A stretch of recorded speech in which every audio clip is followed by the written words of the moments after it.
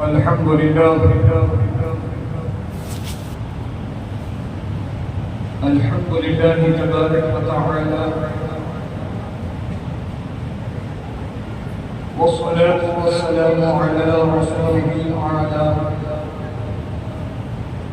أما بعد، فأعوذ بالله من الشيطان الرجيم.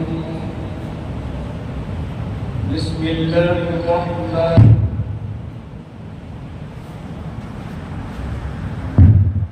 بربك الذي خلق. صدق الله العظيم.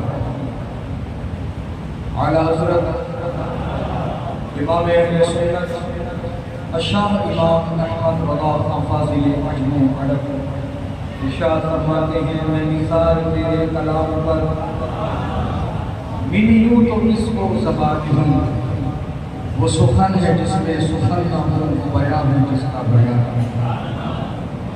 اور پھر فرماتے ہیں میرے امام، تیرے آگے یوں ہیں دبے رچے فصحاء عرب کے بڑے، تیرے آگے یوں ہیں دبے رچے فصحاء عرب کے بڑے بڑے. کوئی جان منہ میں زبان نہیں بلکہ جسم میں جان ہے. عزیزان گرامی، آئیے کچھ کہنے اور سننے سے پہلے ہم اور آپ سب مل کر سرکار مدینہ راحت قلب و سینہ جناب پاک احمد مجتبی محمد مصطفیٰ صلی اللہ تعالی علیہ وسلم کی بارگاہ مبارک میں ہدیہ درود پیش کرنے کی سعادت حاصل کریں. پڑھیے بآواز بلند، اللہم صلی علی سیدنا و نبینا و مولانا محمد عدد ما فی علم اللہ صلاة دائمة بدوام ملک اللہ. قرآن مجید فرقان حمید کی آیت مبارک کے جس جز کو میں نے آپ کے سامنے تلاوت کرنے کا شرف حاصل کیا، اللہ رب العزت ارشاد فرماتا ہے، اقرأ باسم ربک الذی خلق. آپ کی معلومات میں اضافے کے لیے یہ بات بتاؤں کہ قرآن شریف میں 114 صورتیں ہیں، 6666 آیتیں ہیں، اور ابھی جو قرآن شریف کا نسخہ ہمارے سامنے ہے، جب ہم اسے کھولتے ہیں تو پہلی آیت جو ہمیں نظر آتی ہے وہ سورہ فاتحہ کی الحمد للہ رب العالمین. تو کیا وہ آیت جو قرآن میں اس وقت سب سے پہلے نظر آ رہی ہے، کیا وہی آیت سب سے پہلے نازل ہوئی ہے؟ تو نہیں. اس کا جواب یہ ہے کہ سب سے پہلے جو آیت نازل ہوئی ہے، اقرأ باسم ربک الذی خلق، یہ آیت سب سے پہلے قرآن شریف میں جو اللہ تبارک و تعالیٰ نے وحی کے ذریعے سے اپنے محبوب کے پاس بھیجا تھا، وہ یہی آیت ہے. اور جو سب سے پہلا لفظ ہے اقرأ، اس کے معنی ہے پڑھو. کیا معنی ہے اس میں؟ پڑھو. اللہ تبارک و تعالیٰ نے قرآن مجید میں سب سے پہلے جو آیت نازل کیا اور جو سب سے پہلا لفظ ہے وہ ہے اقرأ، پڑھو. تو اس سے کیا ہمیں سمجھنا ہے؟ ہمیں یہ سمجھنا ہے کہ اللہ رب العزت نے ہمیں پڑھنے کا حکم دیا، اور آج ہم علم سے، تعلیم سے، سیکھنے سے، پڑھنے سے دور ہو رہے ہیں. آج علم دین سیکھنے کے لیے ہمارے پاس وقت نہیں، ہم میں وہ دلچسپی نہیں، ہمارے اندر علم دین کی کوئی اہمیت نہیں، اسی لیے مدرسے خالی ہوتے جا رہے ہیں، اسکول کالج بھرتے جا رہے ہیں، اس قدر ان میں تعداد ہو گئی ہے کہ نو ایڈمیشن کے بورڈ لگائے جا رہے ہیں، تب بھی لوگ خواہش رکھتے ہیں کہ اسکول میں اور کالج میں ہمارے بچے کا ایڈمیشن ہو جائے، لیکن مدرسوں میں بلانے سے بھی لوگ آنے کو تیار نہیں، وہاں ہزاروں روپے فیس، لاکھوں روپے ڈونیشن دینے کو تیار ہے، لیکن مدرسوں میں فری تعلیم حاصل کرنے کو بھی تیار نہیں۔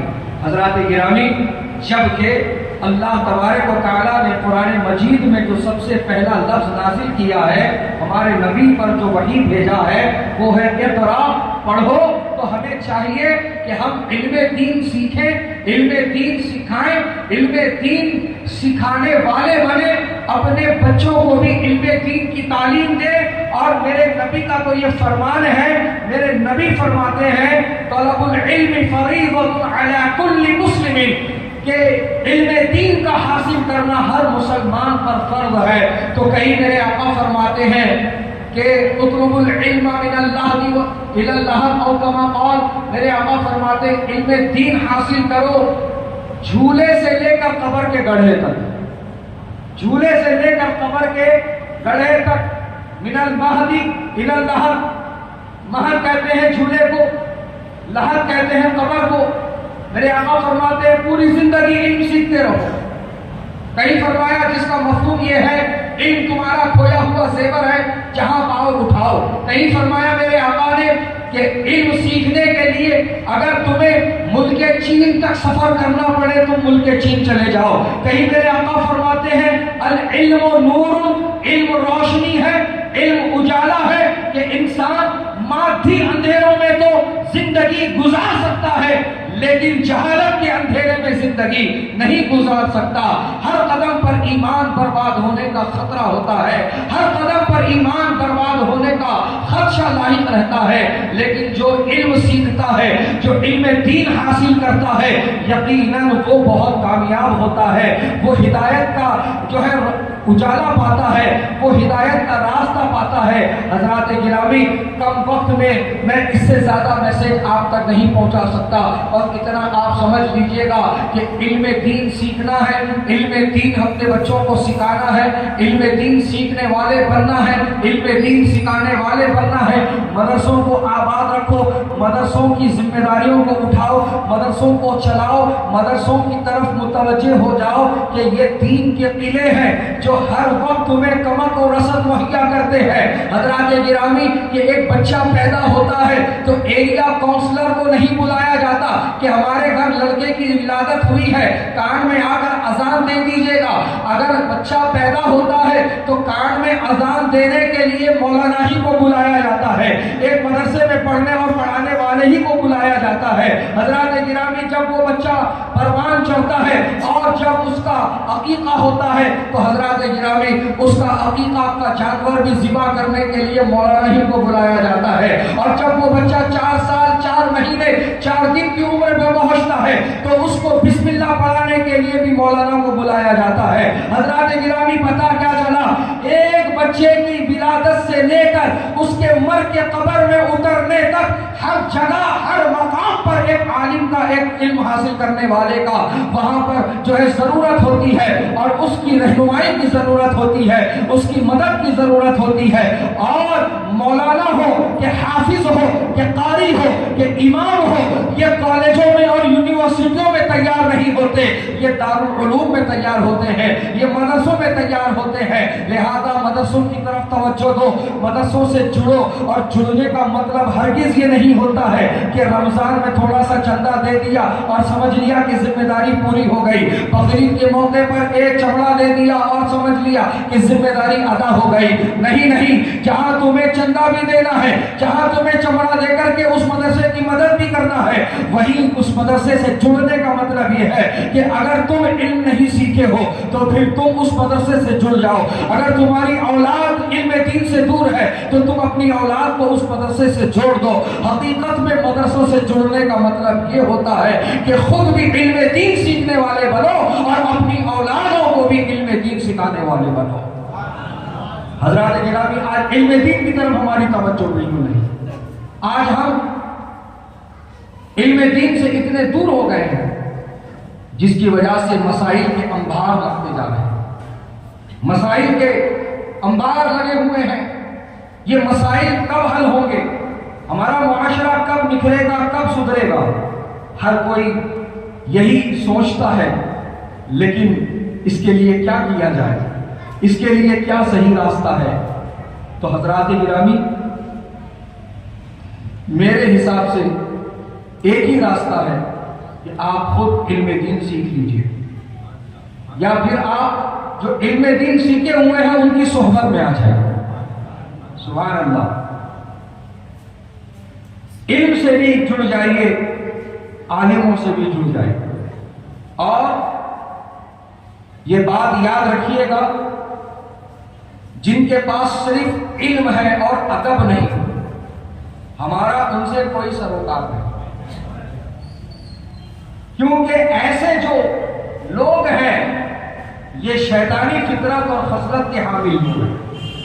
شیطان میں بھی علم بہت ہے لیکن ادب نہیں ہے۔ تو حضرات گرامی، آپ کی کامیابی تب ہے جب آپ ان سے جڑیں گے یا ان مدرسوں سے جڑیں گے جہاں پر علم دین بھی سکھایا جاتا ہے اور نبی کی الفت و محبت بھی عطا کی جاتی ہے۔ اسی لیے تو میرے امام فرماتے ہیں، جان ہے عشق مصطفیٰ روز فضو کرے خدا، جس کو ہو درد تامزا نازے دوا اٹھائے کیوں۔ بہرحال وقت اجازت نہیں دیتا کہ مزید گفتگو کی جائے، انشاءاللہ اس عنوان پر آگے گفتگو کی جائے گی۔ تو مدرسے چالو ہو چکے ہیں، شروع ہو چکے ہیں، اور داخلوں کا سلسلہ بھی چل رہا ہے۔ تو آپ میں سے جو حضرات علم دین حاصل کرنا چاہتے ہیں، یا اپنی اولادوں کو یا اپنے عزیز و اقارب میں کسی کو جانتے ہیں، ایسا بچہ جو نہ اسکول جا رہا ہے، نہ پھر وہ مدرسہ پڑھ رہا ہے، بلکہ وہ آوارہ گردی کر رہا ہے یا اوقات خراب کر رہا ہے، تو ایسے بچوں کی طرف آپ کوشش کیجئے اور ان بچوں کو مدرسے میں داخلہ کروانے کی کوشش کیجئے۔ یقیناً یہ علم، یہ جو سیکھے گا، یہ آپ کے لیے ثواب جاریہ کا ذریعہ بن جائے گا۔ ثواب جاریہ یعنی کہ جو ثواب کا سلسلہ کبھی ختم نہ ہوگا۔ آپ دنیا میں رہیں گے، یعنی زمین پر رہیں گے، تب بھی یہ سلسلہ ثواب کا جاری رہے گا، اور آپ جب مر کے زمین میں چلے جائیں گے تب بھی ثواب کا سلسلہ جاری رہے گا۔ علم دین اگر وہ سیکھ لے گا، عالم بن جائے گا، حافظ بن جائے گا، اور وہ پھر آگے کسی کو پڑھائے گا اور وہ کسی کو پڑھائے گا، اس طرح سے جو چین چلتی چلی جائے گی، ثواب اس سب کا آپ کی طرف لوٹ کر آئے گا۔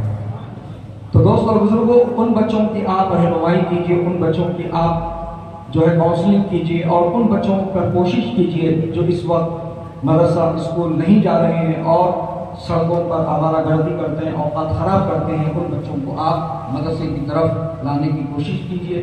مدرسے میں الحمدللہ فری تعلیم، فری قیام و طعام، کتابیں فری، میڈیکل فری، ہر چیز فری الحمدللہ رکھی گئی ہے۔ تو اس سے آپ جو ہے استفادہ حاصل کیجئے، اور جو لوگ مستحق ہیں، جو لوگ علم دین سیکھ کر کے اپنی زندگی اور آخرت کو کامیاب بنا سکتے ہیں، آپ ان کی طرف بھی آپ کوشش کیجئے۔ انشاءاللہ مزید جو گفتگو ہے پھر آئندہ کی جائے گی۔ اللہ تعالیٰ کہنے سننے سے زیادہ عمل کی توفیق عطا فرمائے۔ وآخر دعوانا ان الحمد للہ رب العالمین۔